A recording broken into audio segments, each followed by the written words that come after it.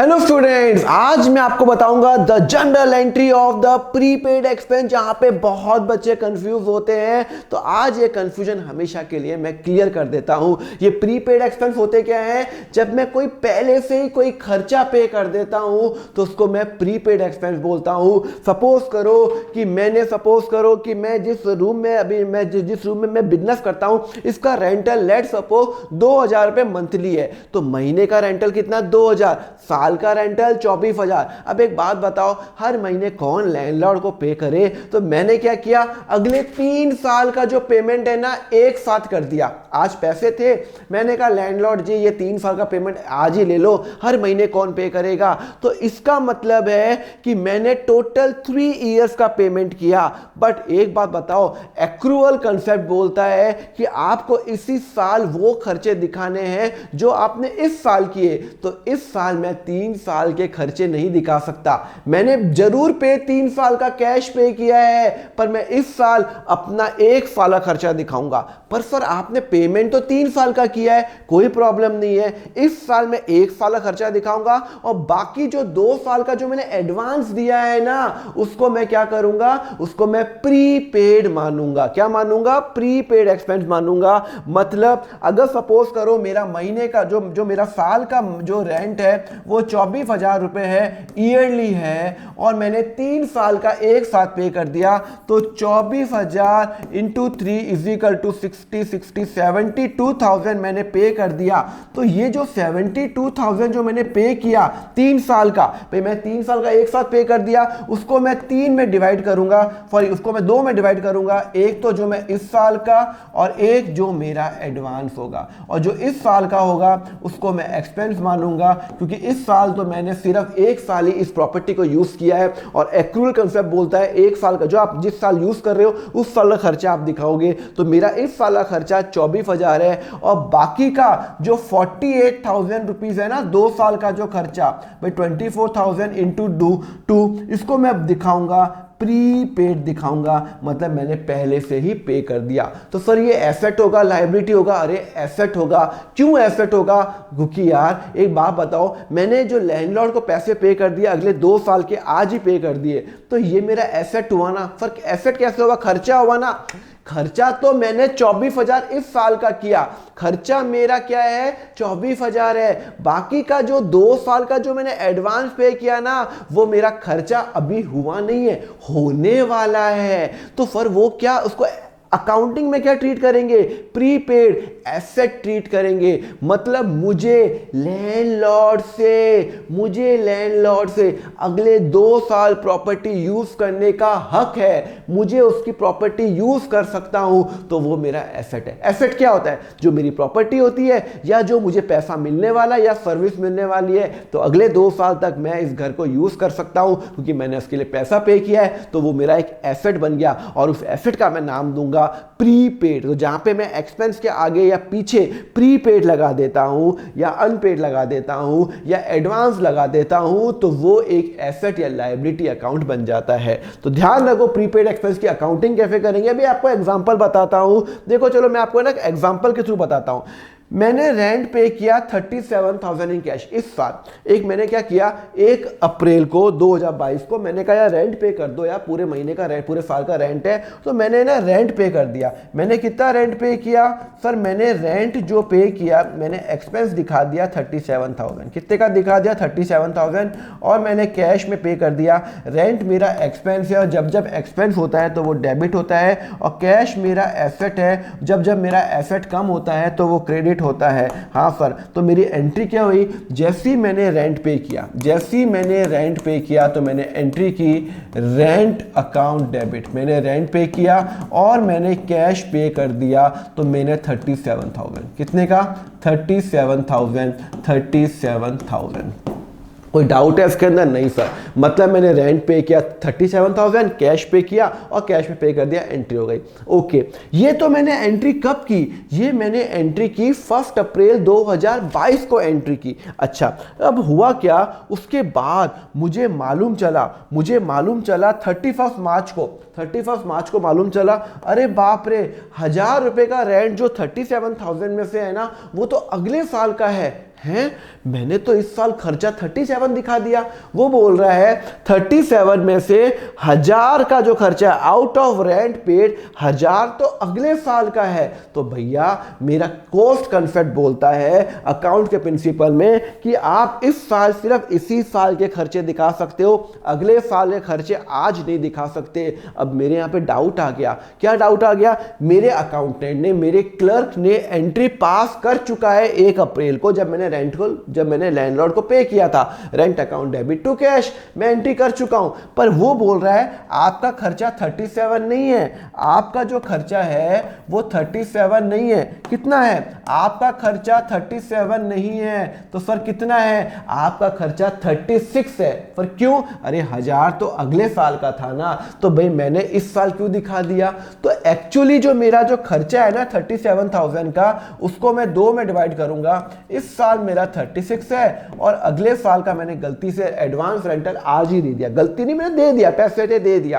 तो अब एक बात बताओ, एंट्री तो अकाउंटेंट पास कर चुका है और आपको पता है एक बार एंट्री पास हो गई तो उसको मैं काट नहीं सकता। अकाउंटेंट ऐसे नहीं कर सकता लो भाई इसको काटो और नई एंट्री पास करो। एंट्री तो 1 अप्रैल को पास हो गई और मुझे तो 31 मार्च को मालूम चला अरे भैया 1000 तो अगले साल का है, तो मैं एंट्री क्या करूंगा? अरे भैया बहुत ही सिंपल सी बात है। सर क्या सिंपल है बताओ ना। चलो मैं आपको बताता हूं क्या सिंपल सी बात है। सुनो, मैंने 1000 रुपए का मैंने खर्चा तो पूरा दिखा दिया। हाँ, अब एक बात बताओ, फिर 1000 रुपये खर्चा अगले साल का है तो उसको मैं नाम दूंगा प्रीपेड। मैंने पहले से पे कर लिया प्रीपेड रेंट। अच्छा, ये खर्चा अकाउंट, ये ध्यान रखना, ये एक एसेट अकाउंट है। ये एक एसेट अकाउंट है। सर एसेट अकाउंट है मतलब समझ में नहीं आया। एसेट कैसे बन गया? ये एसेट ऐसे बन गया क्योंकि मैंने अगले साल का खर्चा आज ही दे दिया 1000 रुपये, तो ये एक एसेट बन गया। और ये जो एसेट हो गया क्योंकि मैं उससे सर्विस ले सकता हूं। क्या मेरे पास आज राइट नहीं है कि लैंडलॉर्ड से मैं 1000 रुपए की सर्विस लूं? हाँ सर राइट है ना। तो भैया मेरा ये एसेट बन गया और जब जब मेरा कोई एसेट बनता है तब मैं उसको क्या करता हूं? डेबिट करता हूं। क्या करता हूं? डेबिट करता हूं। मेरा एसेट बन गया। ये खर्चा नहीं है, रेंटल खर्चा है। प्रीपेड जो होता है वो खर्चा नहीं होता, वो एक एसेट या लायबिलिटी को रिप्रेजेंट करता है। सिंस मैंने पहले से पे कर दिया तो मैं उससे अगले 1000 रुपए की सर्विस ले सकता हूं, तो मेरा एसेट हो गया। ओके, पर सर क्रेडिट क्या करें? क्रेडिट क्या करें? 1 मिनट, सुनो। मैंने रेंट को कितने पे डेबिट किया? 37,000। माना कि मैं काट नहीं सकता अकाउंट्स में, पर मेरे पास एक ऑप्शन है अकाउंट्स में, डेबिट को क्रेडिट तो कर सकता हूं। अरे सर समझ में नहीं आया। अरे भाई 2 + 3 5 होता है। अगर मैं यहां पे -1 करूं, ये तो मैं कर सकता हूं ना। हाँ ये मैं कर सकता हूं। तो एक तरीका करता हूं, मैंने खर्चा कितना दिखाया था पहले, मैंने अपनी बुक्स में खर्चा कितना दिखाया था? 37,000। दिखाना कितना चाहिए था? 36। बिकॉज मैंने 37,000 पे किया, उसको 2 में डिवाइड करो, 36 और 1000। तो इसका मतलब है मुझे खर्चा दिखाना चाहिए था 36, पर मैंने दिखा दिया 37। खर्चा मैंने डेबिट कर दिया 37 से, मुझे 1000 से खर्चा कम करना पड़ेगा। तो मैं क्या करूंगा? 1000 से जो खर्चा है वो रेंट जो खर्चा है वो 1000 से क्या करूंगा? कम करूंगा। ये मेरा एक्सपेंस जो हो रहा है वो कम हो रहा है। मेरा एक्सपेंस जो होगा वो कम हो रहा है। सर कम कैसे हो रहा है? अरे भाई सीधी सी बात है, ये मेरा रेंट मेरा क्या है? खर्चा है, और खर्चा मेरा कम हो रहा है। और जब जब मेरा खर्चा कम होता है तो वो क्रेडिट होता है। सर खर्चा कम क्यों कर रहे हो? क्योंकि मैं इस साल 37 नहीं दिखा सकता। रूल बोलता है इस साल खर्चा आपका 36,000 दिखाओ। तो मैं एंट्री क्या करूंगा? मैं एंट्री करूंगा कि भैया मैंने पहले से रेंट पे कर दिया, तो भैया वो मेरा एसेट हो गया 1000 रुपये, और मैं अपना जो रेंट जो मैंने पहले खर्चा दिखाया था उसको मैं क्रेडिट कर दूंगा 1000 रुपये से। अल्टीमेटली क्या हुआ? रेंट डेबिट 37, 1000 से क्रेडिट 36 से मेरा खर्चा दिखा, और 1000 का मैंने क्या दिखा दिया? प्रीपेड दिखा दिया। मतलब पहले से ही मैंने पे कर दिया, तो मेरा एक एसेट बन गया। तो ये मेरा एक एसेट है और ये मेरा एक्सपेंस जो हो रहा है ये इनडायरेक्टली कम हो रहा है। तो ये 2 एंट्री करूंगा। अल्टीमेटली मैंने 37 पे किया, उसके 2 पार्ट दिखा दिए। 36 रेंट में दिखा दिया, 37 - 1, और 1000 रुपये मैंने प्रीपेड दिखा दिया। सर समझ में आ गया? एक और एग्जांपल बताओ ना जिसमें सर आपने कुछ अलग से बताया हो। चलो, मैंने एक 6,000 का टेलीफोन एक्सपेंस 4 साल का पे कर दिया। एलो यहाँ लिखा हुआ है 4 साल का पे कर दिया मैंने टेलीफोन एक्सपेंस, तो मैं एक साथ ही एंट्री कर लूँ। सुनो, मैंने इस साल मुझे खर्चा कितना दिखाना है, मुझे खर्चा कितना दिखाना है इस साल। सर मेरा कैश कितना गया? सर 6,000 रुपये, 6,000 रुपये मैंने 6,000 रुपये कैश पे कर दिया। ओके, और कैश मेरा एसेट है तो ये तो क्रेडिट ही होने वाला है, तो फिर ये तो कॉमन सेंस है। इस साल का खर्चा कितना है भैया? 6,000 है, तो 6,000 को मेरा इस साल खर्चा मात्र 1,500 है। सर कैसे लाए 1,500? अरे भाई 6,000 डिवाइडेड बाय 4 करो, कितना रुपया आता है? 1,500। तो मैंने 4 साल का टेलीफोन एक्सपेंस आज पे कर दिया, तो भैया ये तो गलत हो गया ना। मुझे तो एक साल का खर्चा दिखाना था, तो मैं एक साल का खर्चा, मेरा खर्चा कितना है? 1,500, तो मैं अपना जो खर्चा है वो टेलीफोन एक्सपेंस 1,500 दिखाऊंगा। तो फिर बाकी का 4,500, बाकी का 4,500 मैं दिखाऊंगा प्रीपेड टेलीफोन एक्सपेंस। कितने का? 4,500। तो टेलीफोन एक्सपेंस तो सर एक्सपेंस हुआ, जब जब एक्सपेंस बढ़ता है तो वो डेबिट होता है, एक्सपेंस बढ़ता है तो वो डेबिट होता है। सर प्रीपेड टेलीफोन एक्सपेंस क्या हो गया? एसेट हो गया ना। अरे भाई मैंने जो भी कंपनी को मैंने मैंने एयरटेल को पहले ही पे कर दिया 1,000 रुपये, 4,500 रुपये, तो अब मुझे 4,500 रुपये उस कंपनी से सर्विस लेनी बाकी है। अगर मैं किसी से सर्विस लेनी बाकी है तो वो मेरा एसेट हो गया, और जब जब मेरा एसेट होता है तो वो डेबिट होता है। तो और मैं एंट्री क्या करूंगा? सर सिंपल सी बात है, आपने टेलीफोन एक्सपेंस को आप डेबिट करोगे, हाँ, और आप प्रीपेड को डेबिट करोगे, प्रीपेड टेलीफोन एक्सपेंस को डेबिट करोगे, और आपका कैश गया कितना? 6,000 रुपये गया, जिसमें से 1,500 आपका इस साल का खर्चा है और 4,500 आप उसको एसेट दिखाओगे, प्रीपेड टेलीफोन एक्सपेंडिचर। क्लियर है? समझ में आया?